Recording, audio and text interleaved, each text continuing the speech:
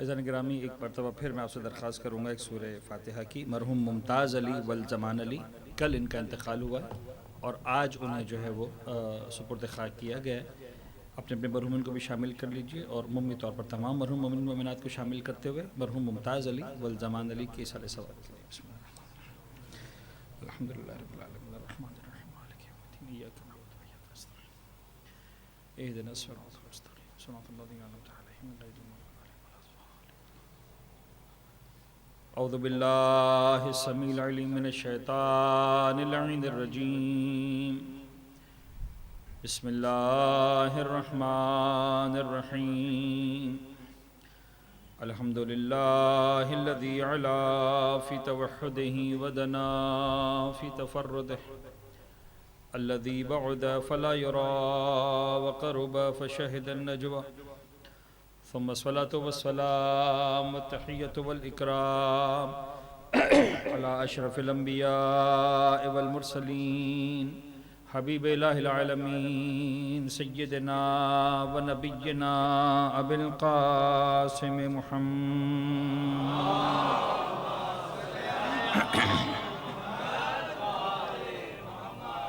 وعلى أهل بيته الطيبين الطاهرين المعصومين المنتجبين، لا سيما على بقية الله في الأرضين وحجته على العالمين، واللعن الدائم على أعدائهم ومنكري فضائلهم وغاصبي حقوقهم أجمعين من يوم ظلمهم وغصبهم وعداوتهم إلى يوم الدين۔ بسم الله الرحمن الرحيم۔ اللهم كن لوليك الحجة ابن الحسن صلواتك عليه وعلى آبائه في هذه الساعة وفي كل ساعة وليا وحافظا وقائدا وناصرا ودليلا وعينا حتى تسكنه أرضك طوعا وتمتعه فيها طويلا۔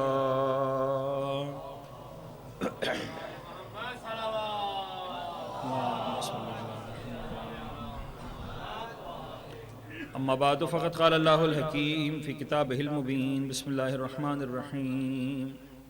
وجعلناہم ائمة یہدون بامرنا واوحینا الیہم فعل الخیرات وإقام الصلاة وإيتاء الزکاة وكانوا لنا عابدین۔ صلوات پڑھیے گا محمد و آل محمد۔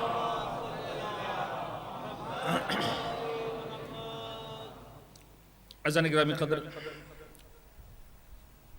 10 تقاریر کرنے کے لیے میں یہاں پر حاضر ہوا اور ان میں سے 3 مجالس ہو چکی ہیں۔ آج اس سلسلے کی 4تھی گفتگو ہے اور میں نے ابتدا میں عرض کیا تھا کہ یہ 10 مجلسیں اس کو ہم بجائے ایک 10 مجالس کے طور پر لینے کے 2 5 مجالس کے طور پر لیں گے۔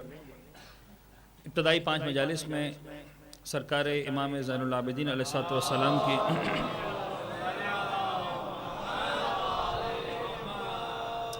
حیات طیبہ اور ان کی سوانح کے حوالے سے جو ہے ہم بات کریں گے، اور اگلی 5 تقاریر میں پھر کسی اور موضوع پر بات کریں گے، کیونکہ یہ ایام ہمارے چوتھے امام کی شہادت کے ایام ہیں۔ اور وہ عزیزان جو مجھے سنتے رہے ہیں وہ یہ بات جانتے ہیں کہ میں ہر گفتگو کے آغاز میں کوئی فقہی مسئلہ میں ضرور عرض کرتا ہوں 2-4 منٹ 5 منٹ کے لیے، تو میں اپنی اس رسم کو باقی رکھوں گا اور 2-4 منٹ کے لیے میں کوئی بات آپ سے عرض کروں گا۔ جو باتیں اب تک ہم نے کی ہیں، ایک فقہی مسئلہ ہم نے آغاز کیا تھا، اس کو ہم چاہ رہے تھے کہ تھوڑا سا ایک خاکہ صاحبان ایمان کے ذہنوں میں بن جائے، اور میراث کے احکام کے حوالے سے ہم نے کچھ بات کی تھی۔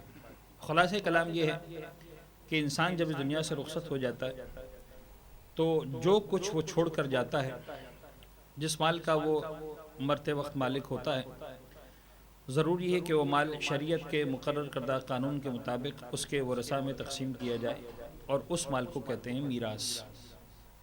لہٰذا اگر انسان زندگی میں کچھ تقسیم کر رہا ہے، زندگی میں کسی کو کچھ دے رہا ہے، تو چاہے وہ اسے میراث سمجھتا رہے، وہ میراث نہیں ہوتی۔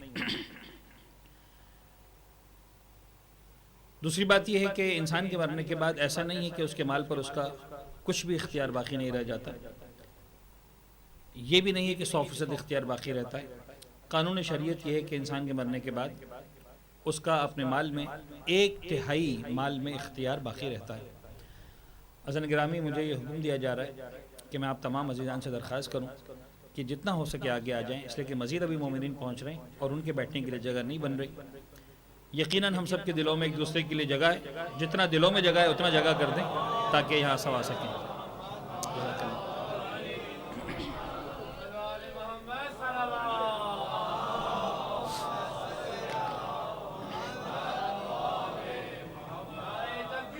اللہ اکبر، اللہ اکبر، یا رسول اللہ، یا رسول اللہ،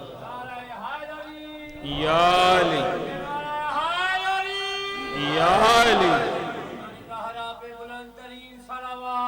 اللہم صلی علی محمد وآل محمد وعجل فرج۔ تو بہرحال میں عرض کر رہا تھا کہ انسان کے مرنے کے بعد ایسا نہیں کہ اس کے مال پر اس کا کوئی اختیار باقی نہیں رہتا، 1/3 مال پر اس کا اختیار باقی رہتا ہے، لیکن اس کے لیے اسے وصیت کرنا پڑے گی۔ اگر وہ وصیت کر کے جاتا ہے تو پھر اس کے پاس یہ اختیار ہے کہ اپنے مرنے کے بعد بھی 1/3 مال اس کی مرضی کے مطابق خرچ ہو، باقی مال بہرحال شریعت کے قانون کے مطابق ہی خرچ ہوگا۔ عزیزان گرامی، ظاہر سی بات ہے میں آج اس مسئلے کو یہیں پا کے روک رہا ہوں، لیکن ایک لنک کر رہا ہوں اس وصیت کے مسئلے کو بطور خاص، چونکہ آج روز جمعہ بھی ہے، مومنین کی بڑی تعداد بھی ہے۔ وصیت انسان اسی چیز کی کرتا ہے جو اس کی زندگی میں اہم ترین چیز ہوتی ہے، جو اس کی خواہش کے مطابق اس کی پوری حیات کو دیکھتے ہوئے جس چیز کو وہ سب سے زیادہ امپورٹنٹ سمجھتا ہے اسی کے حوالے سے وہ وصیت کرتا ہے، اسی کے حوالے سے بات کرتا ہے۔ عزیزان گرامی، میں بہرحال بہت ہی سادہ انداز میں بات کرنے کا عادی ہوں، اور میری خواہش ہے، دل چاہتا ہے کہ جو اہل بیت اطہار نے ہم سے چاہا ہے وہ ہم ان فرشدہ پر آ کر بیٹھیں، گفتگو کریں، ڈسکس کریں۔ اور چونکہ سرکار سید الشہداء کے ایام میں، مولا امام زین العابدین کے ایام میں، کربلا والوں کے ایام میں،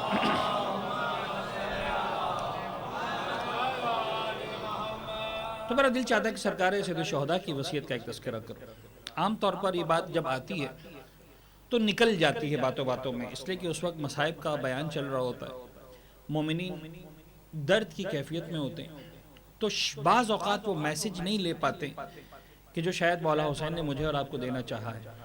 عزیزان گرامی، اب ذرا غور کیجئے، کربلا کے میدان میں میں صرف ایک تمہید باندھ رہا ہوں، اس وصیت کو ڈسکس کرنے کے بعد فوراً اپنے موضوع پر آ جاؤں گا۔ ہم میں سے اللہ کرے کہ کوئی کسی غم، کسی درد میں مبتلا نہ ہو سوائے غم مولا حسین علیہ السلام کے، اور یہی ہمارا سرمایہ ہے سارے زندگی کا۔ لیکن بہرحال دنیا کی جو آزمائشیں ہیں، دنیا کے جو امتحانات ہیں، وہ ہماری زندگیوں کا حصہ ہیں۔ ہم میں سے کوئی نہیں کہہ سکتا کہ ہم نے اپنے کسی عزیز کا جنازہ نہیں اٹھایا۔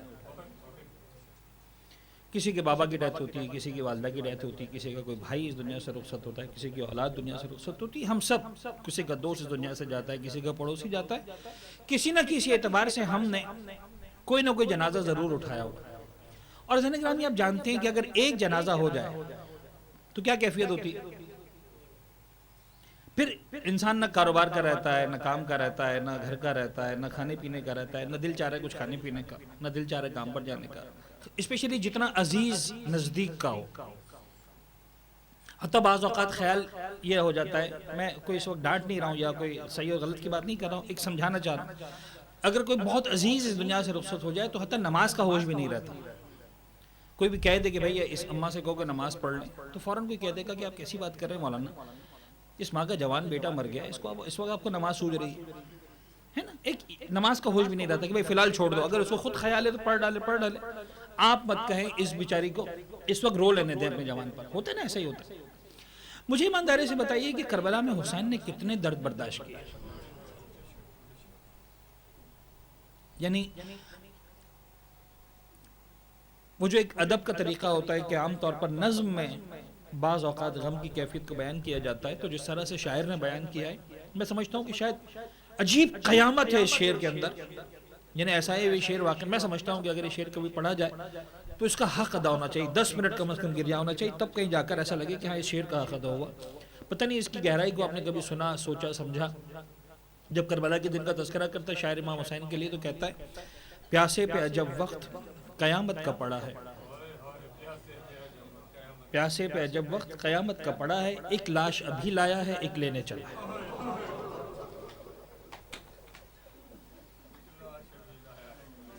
یعنی واقعی میں سمجھ میں نہیں آتا کہ اس شعر کا حق کیسے ادا کیا جائے. یعنی جملہ ہے، آپ ذرا سوچیں.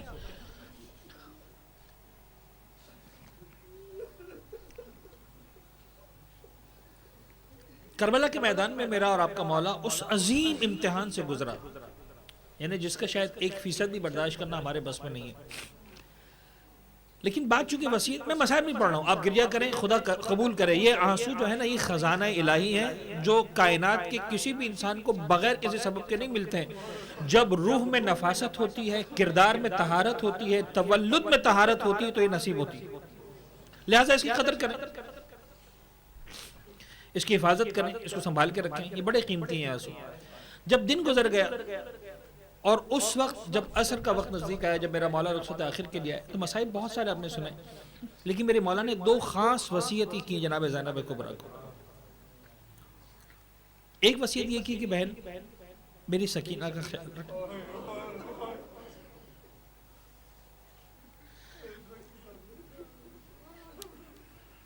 عجیب ہے واقعا، عجیب ہے. انسان کو جو چیز سب سے زیادہ پیاری ہوتی ہے انسان اس کے بارے میں وصیت کرتا ہے. میرے مولا نے کہا کہ زینب میری سکینہ کا خیال رکھنا. ایک اور وصیت کی جو میرے آپ کے لیے بڑی امپورٹنٹ ہے آج کے دور میں بھی. فرمایا کہ دیکھو زینب، اپنی نماز شب میں اپنے بھائی حسین کو نہ بھولو.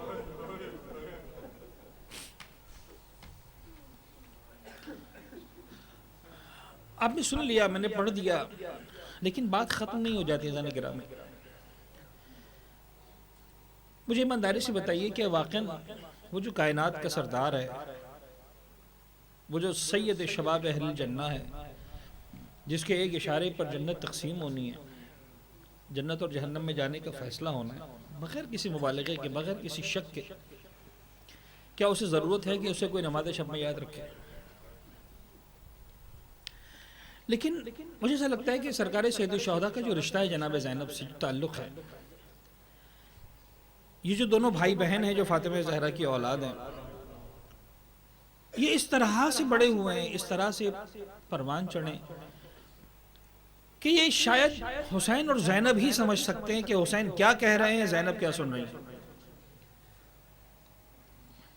بہن اپنی نماز شب میں نہ بھولنا، یعنی حسین کو پتہ ہے کربلا ہو سکتی ہے، شام غریبہ ہو سکتی ہے، زینب کی واجب نماز تو بہت دور کی بات ہے، نماز شب بھی قضا نہیں ہو سکتی. فرینڈز میں ایک درخواست کر رہا ہوں آپ سے، اس فرش ادا پر جب آئے ہیں ایک وعدہ کر کے جائے امام حسین سے کہ مولا کچھ بھی کروں گا، تھوڑا سا ہی وقت نکالوں گا، لیکن اپنی زندگی میں نماز شب کو لانے کی کوشش کروں گا. یعنی میں اختلافی باتوں میں نہیں پڑھ رہا ہوں، میں فتووں میں نہیں پڑھ رہا ہوں، میں تو وہ ستھری سچی تاریخ ہے جو آپ کے سامنے پیش کر رہا ہوں. اور مجھے نہیں خیال ہے کہ میں کوئی ایسی بات کر رہا ہوں جو آپ نے آج سے پہلے شاید نہیں سنی.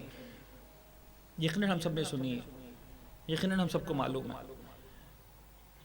مولا حسین کو یقین ہے کہ زینب سب کچھ کر سکتی ہے، اور خدا گواہ مقاتل کو اٹھا کے دیکھیے کسی ایک کتاب نے نہیں لکھا کہ حتیٰ وہ جو 11 محرم کی رات تھی، جو شام غریبہ کے بعد کی رات ہے، اس میں بھی زینب کی نماز شب قضا ہوگا.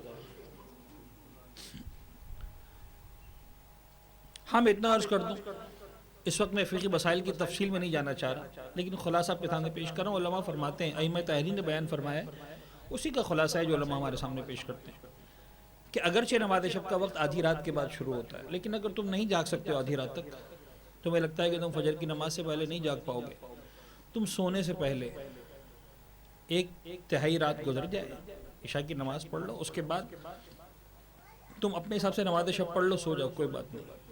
کم از کم اپنا نام اس لسٹ میں لکھواؤ کہ جو نماز شب پڑھنے والوں کی لسٹ ہے، اس عمل میں شریک ہو جاؤ. اس لیے کہ اہل بیت اطہار کا طریقہ یہ ہے، جناب زینب کا طریقہ یہ ہے. بلکہ شام کے جب مصائب پڑھے جاتے ہیں اس میں جناب زینب کے مصائب میں جملہ عجیب ہے جو پڑھا جاتا ہے. انشاءاللہ پڑھوں گا کبھی نہ کبھی، آج ویسے ہی تذکرہ کر دیتا ہوں مصائب سے ہٹ کر، کہ مولا سید سجاد نے جب بیدار ہو کر دیکھا تو چونک گئے، لرز گئے کہ جناب زینب بیٹھ کے نماز شب پڑھ رہی تھی رات کے سمیت. تو نماز شب پڑھنا تو تعجب کی بات نہیں تھی، لیکن بیٹھ کر نماز شب پڑھنا قیامت بن گیا جناب سید سجاد کے لیے. برداشت نہیں کر سکے، فوراً کہتے ہیں پھوپھی اماں کیا ہو گیا، اب بیٹھ کے نماز شب پڑھ رہی. کیونکہ سید سجاد جانتے ہیں کہ 3 دن کی بھوک اور پیاس، 72 جنازہ، وہ زینب کو بٹھا نہیں سکے تھے. بڑی شان کے ساتھ علی کی بیٹی نے، عباس کی بہن نے رات بھر پہرا بھی دیا تھا، اور جب بچے اور سیدانی آرام کر رہی تھی تو بڑے سکون کے ساتھ رب العزت کی بارگاہ میں عبادت کی نذرانہ بھی پیش کیا تھا. بیٹھی نہیں تھی جناب زینب. شام کے زندان میں بیٹھ کے جناب سید سجاد گھبرا جاتے، سوال پوچھتے پھوپھی اماں کیا بات ہے، کیوں بیٹھ گئی ہیں؟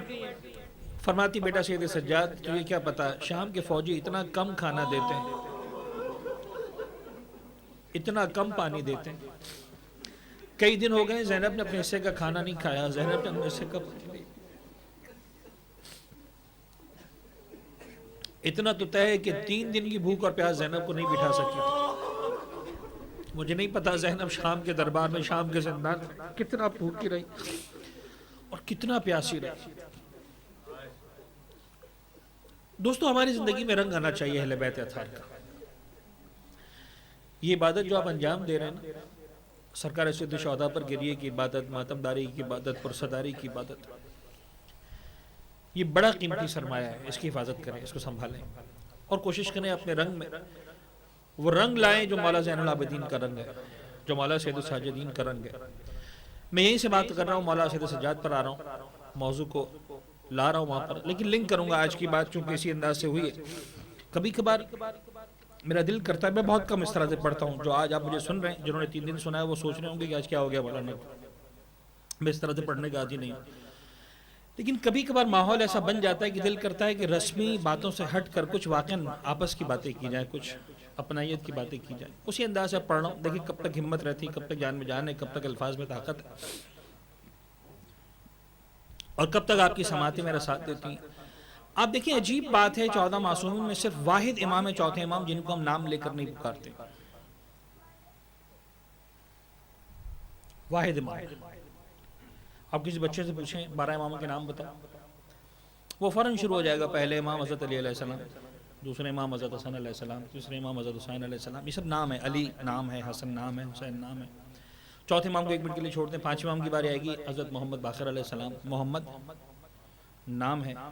جعفر صادق علیہ السلام، جعفر نام ہے. موسیٰ کاظم علیہ السلام، موسیٰ نام ہے. علی رضا علیہ السلام، علی نام ہے. محمد تقی علیہ السلام، محمد نام ہے. علی نقی علیہ السلام، علی نام ہے. حسن عسکری علیہ السلام، حسن نام ہے. زمانے کے امام کا نام لینے کی اجازت نہیں ہے، وہ ایک الگ ہی بات ہے، اجازت ہی نہیں ہے، ورنہ ان کا نام وہی نام ہے جو پیغمبر اکرم کا نام نامی ہے.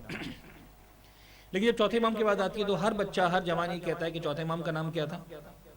امام زین العابدین علیہ السلام. حالانکہ زین العابدین نام نہیں ہے، زین العابدین چوتھے امام کا نام نہیں، لقب ہے. زین العابدین یعنی عبادت کرنے والوں کی زینت، اور یا پھر ان کا دوسرا مشہور لقب ہے سید الساجدین، سجدہ کرنے والوں کا سردار. تو پھر نام کیا ہے؟ یہ بات یاد رکھیے گا، بڑی تاریخی حقیقت ہے. بہت ہی سادہ الفاظ میں بیان کر کے نکل جاؤں گا، اس میں بڑے مسائل چھپے ہوئے ہیں اس جملے کے اندر. مولا امیر کو، جناب سرکار سید الشہداء کو اپنے بابا اور اپنی مادر گرامی کے ناموں سے اتنا پیار تھا، اپنے ہر بیٹے کا نام رکھا علی، ہر بیٹی کا نام رکھا فاطمہ. یہ سکینہ بھی جو ہے نا، اصل نام فاطمہ تھا. کہتے ہیں سکینہ اس لیے کہتے تھے کہ جب باپ کے سینے پہ سوتی تھی تو باپ کو سکون ملتا تھا، لقب پڑ گیا تھا اس بچی کا سکینہ، سکون فراہم کرتی تھی. اس لیے آپ دیکھیں گے فاطمہ کبریٰ، فاطمہ صغریٰ، یہ سب فاطمہ ملتے ہیں. علی اکبر، علی اصغر. چوتھے امام کا نام بھی تھا علی. سارے بچوں کے نام علی تھے، علی اکبر، علی اصغر، علی زین العابدین. پھر کیوں لقب سے یاد کرتے ہیں؟ شاید مجھے اور آپ کو ایک پیغام دینا ہے. میں آپ سے ایک سوال پوچھوں، مجھے ایمانداری سے بتاؤ کائنات کا سب سے بڑا عزادار کون ہے؟ آج میں مجلس نہیں پڑھ رہا ہوں، آج میں باتیں کر رہا ہوں. کائنات کا سب سے بڑا عزادار کون ہے؟ دیکھیں بہت سارے نام آ سکتے ہیں. واقعات کربلا کو آپ ذہن میں لائیں. ممکن ہے آپ کہیں کہ مولانا جناب سکینہ سب سے بڑی عزادار ہے، ہو سکتا ہے. آپ کہیں جناب زینب سب سے بڑی عزادار ہے، آپ کہیں جناب سید سجاد سب سے بڑا عزادار ہے، ہو سکتا ہے. ناموں میں اختلاف ممکن ہے، میرا خیال کچھ ہو، ممکن آپ کا خیال کچھ اور ہو. لیکن جب دلیل سے بات کرتے ہیں تو یاد رکھیے گا کہ ادراک بقدر معرفت ہوتا ہے ہمیشہ. جس کا معرفت کا لیول جتنا زیادہ ہوگا اتنا زیادہ وہ ادراک کرے گا غم کا. جو اندازہ ہے کہ میں نے ایک لمحے کے لیے مشکل بات کر دی، بات کو سمجھا دیتا ہوں. مثال کے طور پر ایک باپ کی ڈیتھ ہو گئی، 2 بچے ہیں اور ان دونوں بچوں میں مثلا 10 سال کا فاصلہ ہے. بڑا بیٹا 25 سال کا ہے، چھوٹا بیٹا 15 سال کا ہے. 25 سال کا جو بچہ ہے وہ مثال کے طور پر MBA کر چکا ہے، کسی جگہ پر پروفیسر لگا ہوا ہے یونیورسٹی کے اندر. اور جو 15 سال کا بچہ ہے اس نے بھی میٹرک بھی نہیں کیا. باپ کے جنازے پر کون زیادہ رو رہا ہوگا؟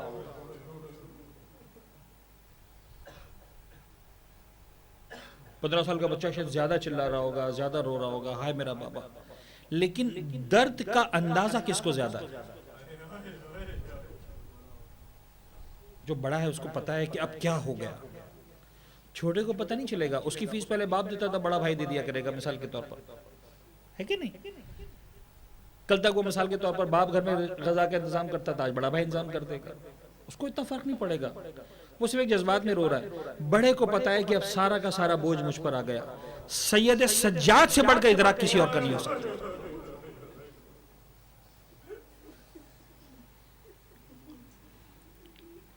اور جس کا معرفت امام ہے، معصوم ہے، عصمت کی منزل پر ہے.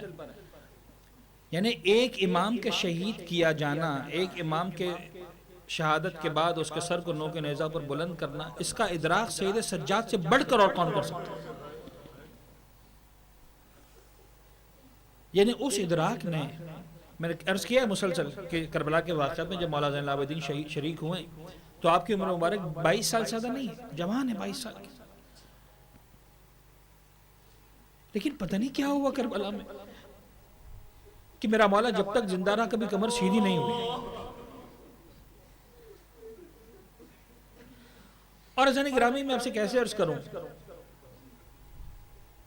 کہ واقعات کربلا کے بعد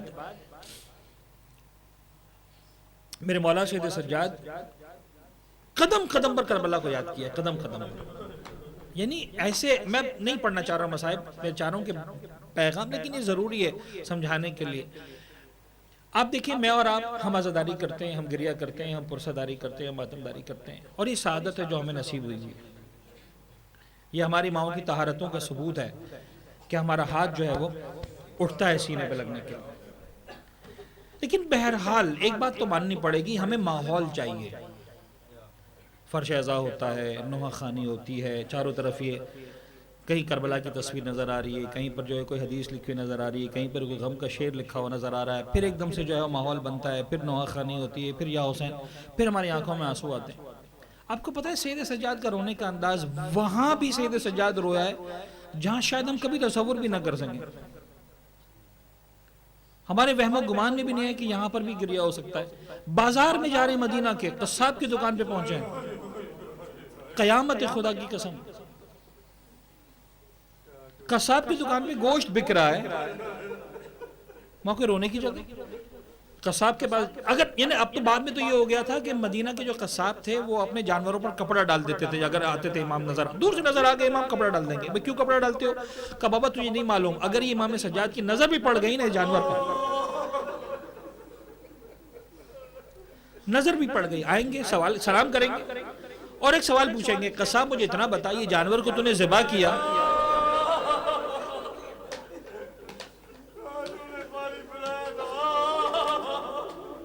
اے قصاب جس جانور کو تو نے ذبح کیا ہے اس کو ذبح کرنے سے پہلے پانی پلایا تھا کہ نہیں پلایا؟ بس.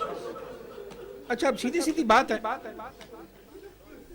مدینے کا قصاب ہے، ہاتھ جوڑ دیتا ہے۔ فرزند رسول جب تک 3 مرتبہ اس جانور نے پانی سے منہ نہیں ہٹایا، میں نے اس کو پانی نہیں پلایا، میں نے اس کو زبان نہیں کی، ایسے گردن پہ چھری رکھی۔ اچھا یہی جواب ہمیشہ دیتا، لیکن جواب سنتے آنکھوں میں آنسو آتے ہیں، کربلا کا رخ کرتے ہیں، السلام علیکہ یا ابا عبداللہ، بابا مدینہ میں جانور بھی پیاسے سے پانی۔ ایسا عزادار کہاں سے لاؤ گے؟ ہے کوئی ایسا عزادار؟ میں تو صرف ایک روایت پڑھی ہے، اور وہ بھی سمجھانے کے لیے، مصائب کے لیے نہیں۔ خدا ناسوں کو قبول کرے، سلامت رکھے آپ لوگوں کو، غم حسین کے سوا کوئی غم نہ دے۔ ایسا عزادار کہاں سے لاؤ گے؟ لیکن عجیب بات یہ ہے کہ جو کائنات کا سب سے بڑا عزادار ہے، وہ کائنات کا سب سے بڑا عبادت گزار ہے۔ حضرت گرامی جو بات کر رہا ہوں میں سیدھی سادی آسان سی بات کر رہا ہوں۔ اگر عزاداری کرنے کی وجہ سے کسی کی نماز معاف ہوتی تو سب سے پہلے مولا سید سجاد کی معاف ہوتی۔ میں پوری ذمہ داری کے ساتھ کہہ رہا ہوں، پوری تاریخ اسلام میں 34 سال میرے مولا نے زندگی گزاری واقع کربلا کے بعد، 34 سال تو دور کی بات ہے، ایک نماز ثابت کر دو کہ سید سجاد کی قضا ہوئی ہے، تو پھر سید سجاد کے ماننے والے کی نماز کیسے قضا ہو جائے؟ یہ ماتمداری مجھے کیسے اجازت دے دے کہ فرش ادا پر آ گیا ہوں تو اب مصلی پر نہیں آنا؟ فرینڈز یاد رکھیے گا، شیطان کی جیت اسی میں ہے، جن کو عزا خانہ دیا ان سے مصلی چھین لیا، جن کو مصلی دیا ان سے عزا خانہ چھین لیا۔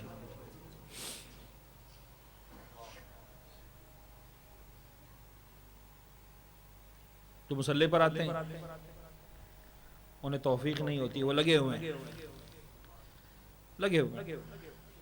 اور جب نماز ختم ہوتی ہے کرتے ہیں سجدہ سوئے زچہ خانہ علی، اور مڑ مڑ کے دیکھتے ہیں کوئی دیکھتا تو نہیں۔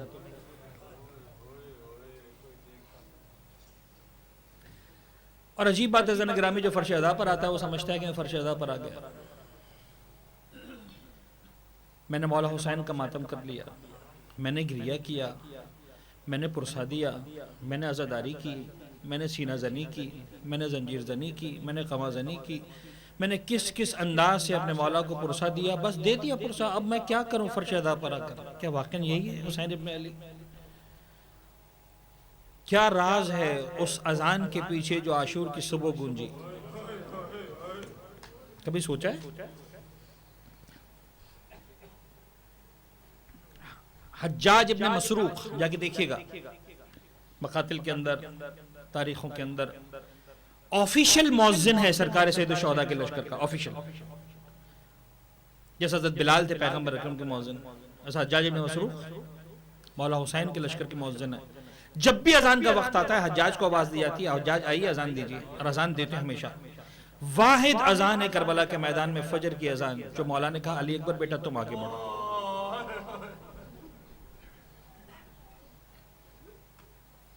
بیٹا علی اکبر آپ نے اذان دی۔ ہم سب انجمن میں نام لکھواتے ہیں نا، یہ انجمنیں اچھی ہیں، یہ محبتوں کو پروان چڑھانے کا سبب بننا چاہیے تھی، شیطان نے الٹا کیا، ان انجمنوں کو دشمنیاں بڑھانے کا سبب بنا لیا، وہ تمہاری انجمن والا ہے، وہ میری انجمن والا ہے۔ ارے بابا یہ انجمنیں، فارسی میں ایک جملہ بڑا اچھا کہتے ہیں با یک گل بہار نمی شود، one flower doesn't make the spring, ایک پھول سے باہر نہیں آتی ہے۔ باہر کب آتی؟ جب ہر رنگ کا پھول ہوتا ہے، ہر طرح کا پھول ہوتا ہے۔ بابا یہ جتنے طریقے ہیں اذانوں کے، یہ ماتمداری کے، کوئی اس طرح سے ماتم کرتا ہے، کوئی 2 ہاتھ سے ماتم کرتا ہے، کوئی تیز ماتم کرتا ہے، کوئی سلو ماتم کرتا ہے، یہ سب رنگ ہیں حسین کی ماں کو پرسا دینے کے، یہ سب رنگ ہیں۔ مجھے آج تک، میں یہ نہیں بتانا چاہ رہا کہ میں کہاں کہاں گیا، میں صرف بتانا چاہ رہا ہوں ذکر حسین کہاں کہاں پر ہوتا ہے، وہاں ذاکر پہنچ گیا، اس لیے عرض کر رہا ہوں۔ میں امریکہ میں گیا، افریقہ میں گیا، گلف کے کئی سارے شہروں میں آیا، پاکستان، ہندوستان، ایران، عراق، پتہ نہیں کہاں کہاں پر گیا، کتنے اسٹیٹس میں گیا، کتنے امام بارگاہوں میں گیا، کتنے لوگوں کے ساتھ بیٹھا، آج تک کوئی ایسا انسان نہیں ملا جو یہ جملہ نہ کہے۔ ہر مومن کو آج تک یہ کہتے ہوئے سنا، مولانا آپ کو نہیں پتا جیسی عزاداری ہمارے علاقے میں ہوتی ہے نا، دنیا میں کہیں نہیں ہوتی، چاہے وہ بڑے شہر سے آیا تھا، چاہے وہ چھوٹے سے گاؤں سے آیا تھا، چاہے اس کے شہر میں 500 عزا خانے تھے، چاہے اسے گھر میں شہر میں ایک غذا خانہ بھی نہیں تھا، لیکن ہر ایک نے یہی جملہ، خدا کی قسم ذمہ داری کے ساتھ کہہ رہا ہوں، ہر ایک نے یہ جملہ کہا، مولانا جیسی عزاداری ہمارے شہر میں ہوتی ہے، ہمارے علاقے میں ہوتی ہے، ایسی کہیں نہیں ہوتی۔ مجھے اس سے سمجھ میں آیا کہ بابا یہ خود مولا حسین کی طرف سے ہر عزادار کے دل میں ڈالا گیا ہے۔ اس بات پہ جھگڑا مت کرو۔ مسئلہ یہی کہ جتنا خلوص تم محسوس کرتے ہو وہ سرکار سید الشہداء محسوس کرتے ہیں۔ لیکن ایک جملہ میں کہنا چاہ رہا ہوں، تمہاری کوئی سی بھی انجمن ہو، کسی بھی انجمن میں نام لکھواؤ، ایک کام ضرور کرنا، کسی اور کی انجمن میں تمہارا نام ہو کہ نہ ہو، شہزادہ علی اکبر کی انجمن میں ہونا چاہیے۔ اگر تم جوان ہو تمہارا نام شہزادہ علی اکبر کی انجمن میں ہونا چاہیے۔ اور شہزادہ علی اکبر کون ہے؟ جس نے اپنی عاشور، دیکھیں آج ہم جو عاشور بناتے ہیں وہ کون سی عاشور ہے؟ شبیہ عاشور ہے، عاشور نہیں ہے۔ آج جو ہم عاشور بناتے ہیں وہ کون سی عاشور ہے؟ شبیہ۔ اصلی عاشور یعنی اصل سے مراد ایک ہی عاشور ہے، وہ کون سی ہے؟ سن 61 ہجری کی عاشور۔ اس کے بعد قیامت تک کہیں عاشور نہیں ہے۔ اب جو عاشور جتنی بھی آتی ہے وہ کیا ہے؟ اس عاشور کی شبیہ ہے۔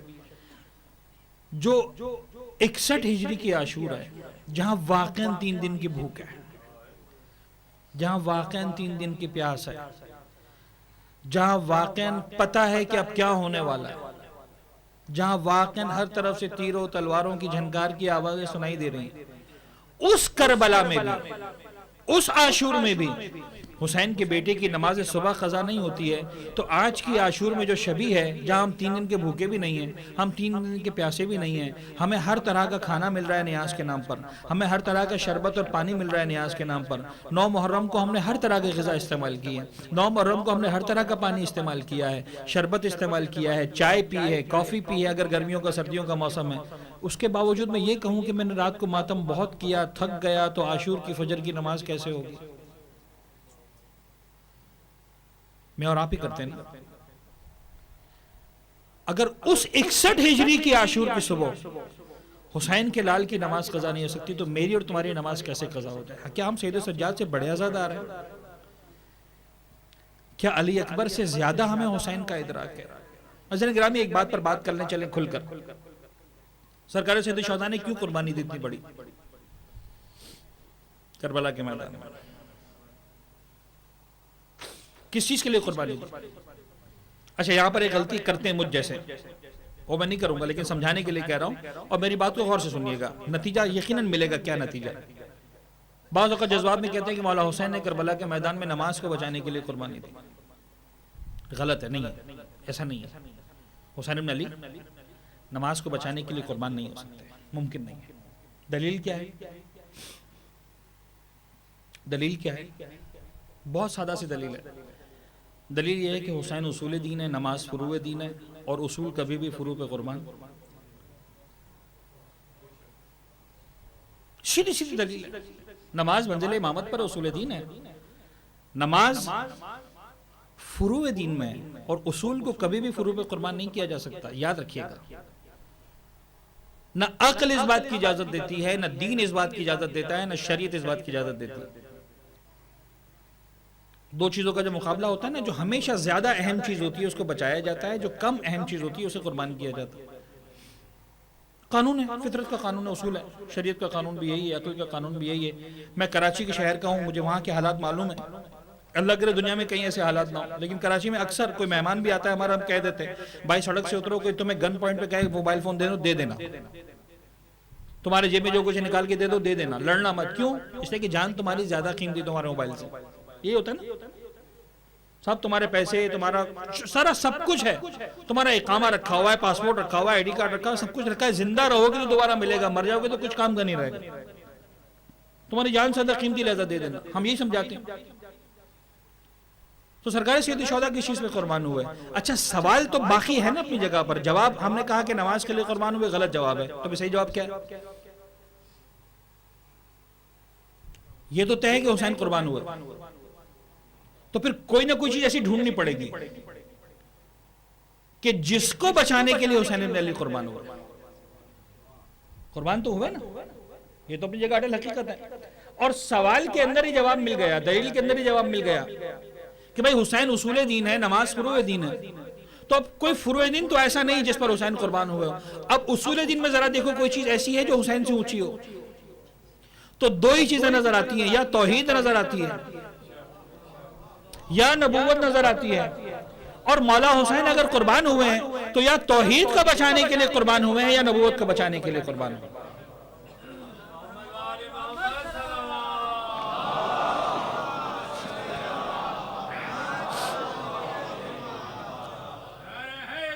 یا علی. اور ذرا گرامی غور فرمائیے گا ذرا, یعنی کسی اور کی سمجھ میں آئی نہ آئی, خواجہ معین الدین چشتی کو بڑی زبردست طریقے سے بات سمجھ میں آئی. خدا کی قسم کیا خراج عقیدت پیش کیا جناب خواجہ معین الدین چشتی نے. سرداد نداد دست در دست یزید, میں مختصر کر کے بیان کر رہا ہوں, صرف پورا شعر آپ کو یاد ہے, میں نہیں جانا چاہ رہا اس میں. سرداد نداد دست در دست یزید. اچھا اس میں بھی بڑی فضیلت ہے, پتہ نہیں کبھی غور کیا آپ نے کہ نہیں کیا. سرداد سر دے دیا, نداد دست ہاتھ نہیں دیا, در دست یزید یزید کے ہاتھ میں. سرداد نداد دست در دست یزید, سر دے دیا ہاتھ نہیں دیا یزید کے ہاتھ میں. بتلانا یہ چاہ رہے ہیں کہ دیکھو حسین فضیلت کے اس کمال پر ہے کہ جس کے در سے یزید بھی خالی ہاتھ نہیں گیا. اس نے کہا یا سر دے دے یا ہاتھ دے دے. کیا کمال ہے. خیر یہ ایک انداز ہے فضیلت کا, میں کوئی وہ حدیث یا آیت بیان نہیں کرنا ہوں, لیکن عجیب ہے. سرداد نداد دست در دست یزید, حقا کے بنا الہ الہ. حق یہ ہے کہ لا الہ کی بنیاد اگر آج دنیا میں لا الہ باقی ہے تو حسین ابن علی کا صدقہ ہے. توحید کو بچایا. خود پیغمبر نے فرمایا حسین منی وَأَنَا مِنَ الْحُسَيْن, منزل وجود میں حسین میرا محتاج ہے, منزل بقا میں رسالت امامت کی محتاج ہے.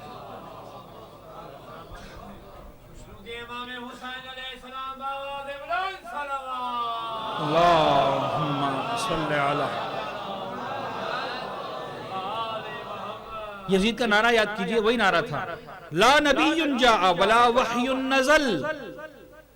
تاریخ میں لکھا ہے یزید کا نعرہ, لا نبی جاء, کوئی نبی نہیں آیا, ولا وحی نزل, نہ کوئی وحی نازل ہوئی ہے. جب کہا لا نبی جاء, نبوت کا انکار کیا. لا وحی نزل, کوئی وحی نہیں آئی, توحید کا انکار کیا.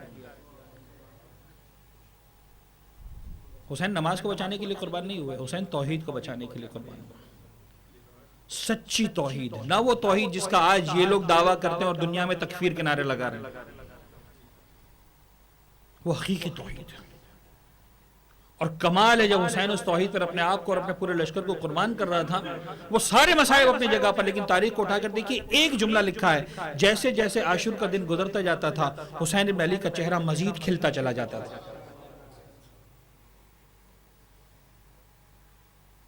کھلتا چلا جاتا تھا.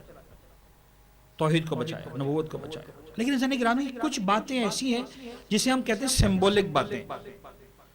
چوتھے امام کی خدمت میں ایک شخص آیا, جب مولا کربلا کے سفر کو مکمل کر کے مدینہ منورہ میں آ گئے تو مسجد نبوی میں بیٹھے ہوئے تشریف فرماتے, آ کے سوال کرنے لگا مولا نماز کا وقت آیا نماز کے لیے. امام نظر آ گیا, امام کی خدمت میں آ گیا, کہا مولا مجھے ایک سوال پوچھنا ہے آپ سے. امام نے فرمایا کہ پوچھو, کیا بات ہے. کہا مولا مجھے پوچھنا یہ ہے کہ کربلا کے میدان میں جیت کس کی ہوئی, ہار کس کی ہوئی. جیت کس کی ہوئی, ہار کس کی ہوئی, کیا جواب ہے اس کا,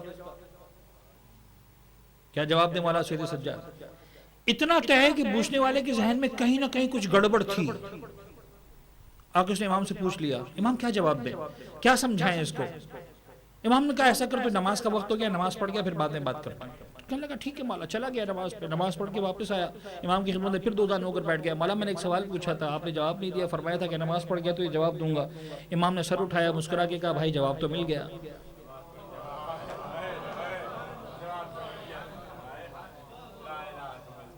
کیا بات ہے. فرمایا جواب تو مل گیا. کہا مولا سمجھ میں نہیں آیا. کہا تو نماز پڑھ کے آیا نا. کہنے لگا ہاں مولا. کہا تیرا نماز پڑھنا اس بات کا ثبوت ہے کہ قیامت تک میرا بابا جیت گیا, یزید ہار گیا.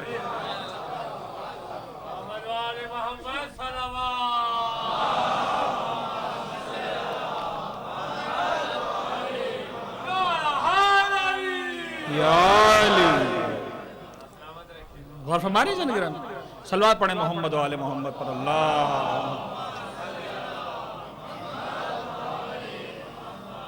فرمایا تیرا نماز پڑھنا اس بات کا ثبوت ہے کہ قیامت تک حسین جیت گیا، یزید ہار گیا۔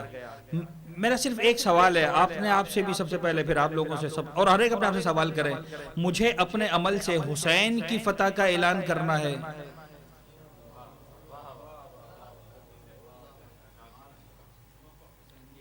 کہ نماز نہ پڑھ کے، میں آگے جملہ مکمل نہیں کر سکتا، میری ہمت نہیں ہے۔ فرینڈز، میں اور آپ جب نماز پڑھتے ہیں نا، دیکھیں نماز پڑھتے ہی ہمیں، یہ بتا دوں آپ کو، باقی سب اٹھک بیٹھک کرتے ہیں۔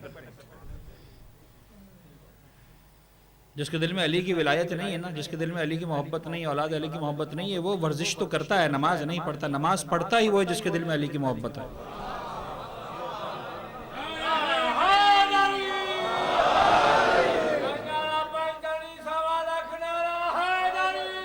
یا علی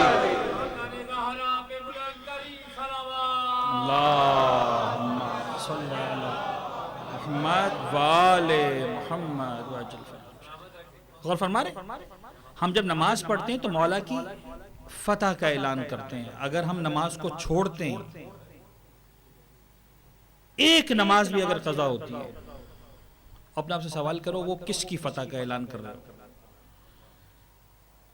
جناب گرامی، اگر سمجھ گئے نا پیار سے، سادہ طریقے سے، میں کیا فرق پڑے گا اگر ہم عذاب کی باتیں کریں، جہنم کی بات کریں، قبر کی بات کریں؟ بابا نماز سے مجھے اس لیے پیار ہے کہ حسین کو نماز سے پیار ہے، ختم ہو گئی بات۔ پیغمبر اکرم سجدے میں پشت رسالت پر حسین آ گئے، کیا بات ہے! پیغمبر نماز میں پشت رسالت پر حسین آ گئے، کیا کریں پیغمبر اکرم؟ کیا کریں پیغمبر اکرم؟ اچھا ایک منٹ کے لیے اس واقعے کو روک دیتے ہیں، میں اور آپ نماز پڑھ لیں، فرض کر لیں، بچہ آ گیا پوچھتے آپ کیا کریں گے؟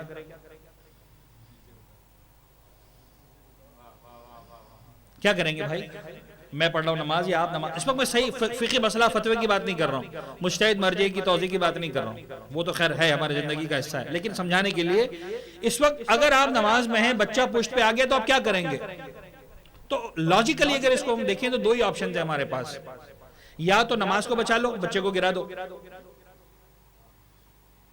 ہے نا، کھڑے ہو جائیں گے نماز کے لیے، بچے کو گرا دیں گے، اور دلیل کیا ہوگی کہ مولانا صاحب بچے کو پتہ چلنا چاہیے کہ جتنی بھی پیار محبت اپنی جگہ، نماز کے بیچ میں آئے گا تو ہے نا بھائی، جو گرائے گا وہ کیا کہے گا؟ یہ کہے گا نا مولانا بچہ گر گیا، رو رہا ہے، 2 منٹ مسئلہ نہیں ہے، میں بعد میں لے لوں گا بچے کو، لیکن اس کو پتہ چلنا چاہیے کہ بابا نماز پڑھ لیں تو نماز میں بابا کو ڈسٹرب کرنے کا نہیں ہوتا۔ یہ 2 مرتبہ گرے گا، 2 مرتبہ روئے گا تو سیکھ جائے گا، تیسری مرتبہ نماز میں ڈسٹرب کرنے کے لیے نہیں آئے گا۔ یہی دلیل ہوتی ہے جو گراتے ہیں، خیر کوئی غلط بھی نہیں، سمجھا دیا آپ نے، سکھا دیا بچوں کو اس انداز سے، 1 منٹ 2 منٹ رو لیا۔ اچھا کوئی لبرل ہوگا، بہت زیادہ پڑھا لکھا ہوگا، خیر میں پڑھا لکھا کی جو انسلٹ نہیں کرنا چاہ رہا، سمجھانے کے لیے کہہ رہا ہوں، کوئی بہت زیادہ لبرل ہے، اس کو فقہی مسئلہ بھی معلوم ہے کہ بھئی نماز کے وقت میں بھی کافی ٹائم ہے، بھئی نماز کو توڑ دیا، بچے کو بچا لیا، بچے کو لے لیا، سب نماز تو ہو جائے گی بعد میں 5 منٹ بعد بھی، بچے کو نہیں رلانا، ہیومن رائٹس ہیں، ویمن رائٹس ہیں، پتہ نہیں چائلڈ ویلفیئر اور پتہ نہیں کیا کیا، چائلڈ ایبیوز نہ ہو جائے مثال کے طور پر، تو اس نے کیا کیا؟ بچے کو لے نماز کو چھوڑ دیا۔ تو دو ہی خلاصہ یہ ہے کہ 2 راستے ہیں، یا نماز کو بچا لو، بچے کو گرا دو، یا بچے کو گود میں لے لو، نماز کو چھوڑ دو۔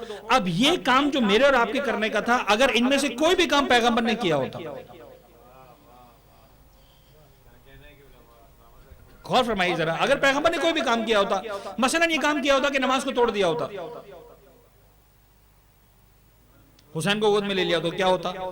ہم سینہ تان کے کہتے ہیں نا کہ بابا نماز بہت اچھی ہے، اس وقت ہے جب تک حسین نہیں آ جائے، حسین آ جائے پھر نماز کی چھٹی کر دو، بیکار ہے، کسی کام کی نہیں ہے، نماز اسی وقت تک اچھی ہے جب تک حسین نہیں آیا، حسین آیا اس کے بعد نماز ختم۔ اچھا خدا نہ خواستہ پیغمبر نے حسین کو گرا دیا ہوتا،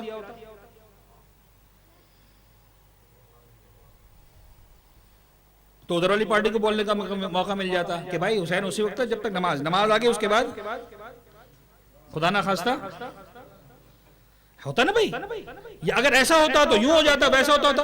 اب یہ ہو کیوں رہا ہے؟ اس لیے کہ ہم سمجھتے ہیں کہ یہ دونوں چیزیں ایک ساتھ نہیں چل سکتی، یا بچہ یا نماز۔ اگر نماز کو بچانا ہے تو بچے کو گرانا پڑے گا، اگر بچے کو سنبھالنا ہے تو نماز کو توڑنا پڑے گا.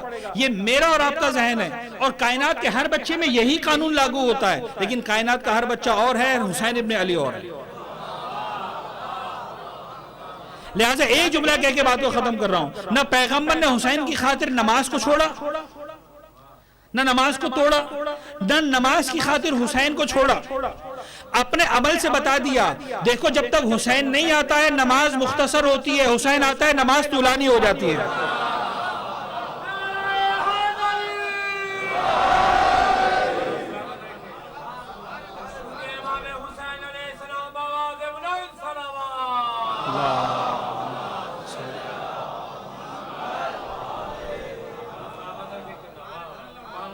جب حسین آتا ہے تو نماز چھوٹتی نہیں ہے، نماز کو کمال ہی اس وقت ملتا ہے جب حسین آتا ہے. نماز طویل ہو جاتی ہے، نماز ٹوٹتی نہیں ہے، نماز چھوٹتی نہیں ہے. تمہارا خیال ہے کہ حسین اور نماز ساتھ نہیں چل سکتے، لہٰذا تم جھگڑا کرواتے ہو حسین اور نماز کا. پیغمبر کے عمل سے دیکھو، پیغمبر فرماتے دونوں ساتھ چلتے ہیں، کوئی جھگڑا نہیں حسین اور نماز کا. جو سچا حسینی ہے وہی سچا نمازی ہے، جو سچا نمازی ہے وہی سچا حسینی ہے.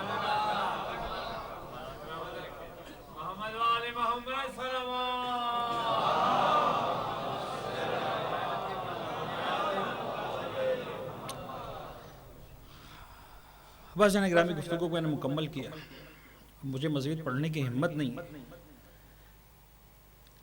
حسین کربلا کے میدان میں آ گئے، اپنا سب کچھ لٹا دیا،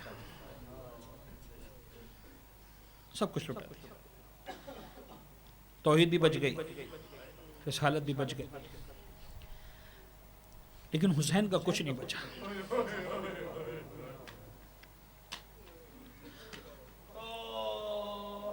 بس عزاداران آپ نے گریہ کیا.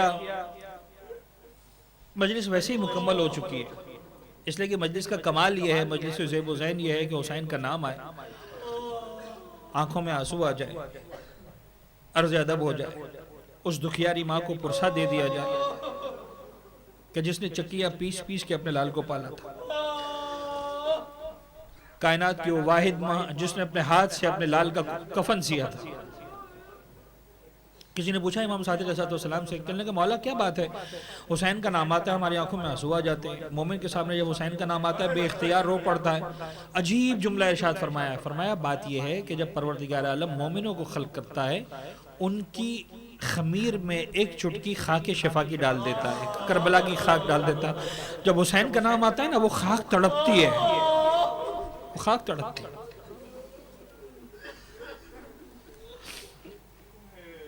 ہمارا سلام اس حسین پر جو کربلا کے میدان میں بھوکا اور پیاسا مارا گیا. امام زمانہ فرماتے ہمارا سلام ہو ان لوگوں پر جو خشک ہو گئے تھے، ہمارا سلام ہو ان رخساروں پر جو گرد آلود ہو گئے تھے، ہمارا سلام ہو ان ریش پر، ان داڑیوں پر کہ جن کے بال اپنے ہی خون سے خضاب ہو گئے تھے. اچھی تو ایک سوال پوچھا جناب سکینہ نے، بس وہی میرا مصائب ہے، میں نے مصائب مکمل کر دی، میں مصائب نہیں پڑھ رہا ہوں، صرف روایت مکمل کروں گا. جب کربلا کے میدان میں عصر ہو گئی اور شام کا وقت نزدیک آیا اور شام غریبہ جب نزدیک آنے والے تھے، جب میرے مولا کی شہادت ہوئی ہے، سکینہ در خیمہ پر اپنے بابا کا انتظار کر رہی تھی، اپنے بابا کا انتظار کر رہی تھی. میرا بابا مجھ سے وعدہ کر کے گیا، بیٹا سکینہ میں تیرے لیے پانی لے کر آؤں گا. سکینہ جانتی ہے جب اصغر کو پانی پلانے لے کر گئے تھے تو اصغر کے گلے میں 3 بھال کا تیر لگا تھا، لیکن پھر بھی آس میں دروازے پہ کھڑی ہوئی انتظار کر رہی ہے. لیکن ایک عجیب منظر دیکھا سکینہ نے کہ جب ذوالجناح واپس آیا تو خالی واپس آیا، بابا کو لے کر ملے. اجرکم اللہ. جیسے ہی خالی ذوالجناح کو دیکھا اور خون آلود پیشانی کو دیکھا ذوالجناح کی، یہ حسین کے خاندان کی پلی ہوئی بچی سمجھ تو گئی. ایک عجیب جملہ مختل نے لکھا ہے، دوڑ کر آئی، بابا کے ذوالجناح کے سموں سے لپٹی اور ایک سوال پوچھا، یا جواد ابھی ہر سکیا ابھی آپ کو دلا چھانا. اجرکم اللہ. یا جواد ابھی حل سخیا ابھی ام قتل اچھانا. اے میرے بابا کے ذوالجناح، مجھے اتنا تو پتا چل گیا کہ میرا بابا مارا گیا ہے، مجھے اتنا بتا دے میرے بابا کو ذبح کرنے سے پہلے پانی پلایا کہ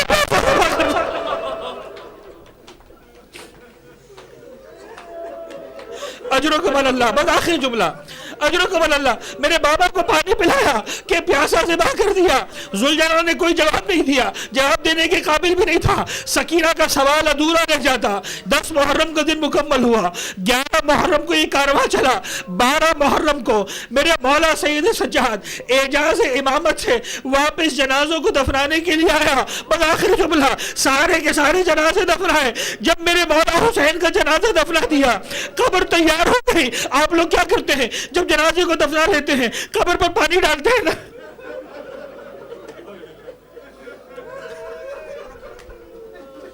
اجرکم اللہ، پانی ڈالتے ہیں، لیکن ہائے میرا مولا سید سجاد کیا کرے؟ اگر پانی ہوتا تو بے غسل کا جنازہ دفن نہ ہوتا۔ قبر پر بیٹھ گیا میرا مولا، کچھ آنسو نکلے ہیں، وہ پانی بن کر چھڑکاؤ کیا، اور اس کے بعد میرے مولا نے سکینہ کے سوال کا جواب لکھا انگلی سے۔ مولا حسین کی قبر پر ایک جملہ لکھا، ہذا قبر حسین ابن علی الذی قتلوہ اچھانا۔ اے اہل عالم جان لو، یہ علی کے لال حسین کی قبر ہے جسے کربلا کے میدان میں کپسے گردن سے پیاسا ذبح کر دیا گیا، جسے کوئی پانی نہ پیا۔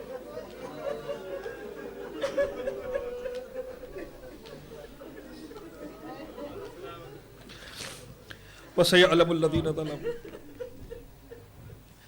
آلَ مُحَمَّدٍ أَيَّا مُنْقَلَبٍ يَنْقَلِبُ۔ پالنے والے ہمارے اس قلیل توسل کو اپنی بارگاہ میں قبول فرما۔ معبود محمد و آل محمد کا واسطہ ہمارے ناسوں کو رومال حضرت زہرا میں جگہ عنایت فرما۔ غم محمد و آل محمد کے سوا کوئی غم ہماری زندگی میں شامل نہ فرما۔ معبود جو بیمار ہیں، بالخصوص جنہوں نے دعا کی التماس کی ہے، جہاں جہاں بھی بیمار ہیں، پالنے والے بیمار کربلا کے صدقے میں، محمد و آل محمد کے صدقے میں، ان سب کو جلد از جلد صحت کلی عنایت فرما۔ جو پریشان حال ان کی پریشانیوں کو دور فرما، جو بے اولاد ہیں ان کو اولاد صالحہ عنایت فرما، جو بے روزگار ہیں، جو کم روزگار ہیں، جو خدا نخواستہ رزق حرام میں مبتلا ہیں، ان سب کے رزق حلال و طیب میں کثرت و برکت و وسعت عنایت فرما۔ معبود محمد و آل محمد کا واسطہ دنیا میں جہاں جہاں اہل بیت اطہار کے چاہنے ماننے والے موجود ہیں، سب کی جان و مال، عزت اور آبرو کی حفاظت فرما۔ دنیا میں جہاں جہاں فرش عزا بچھا ہے، جہاں جہاں عزادار موجود ہیں، ہر عزادار کی، ہر فرش عزا کی حفاظت فرما۔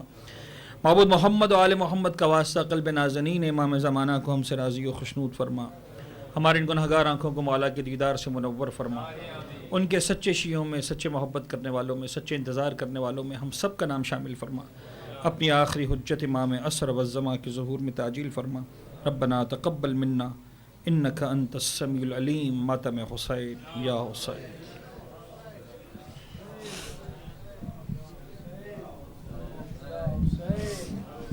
حسین یا حسین یا حسین یا حسین۔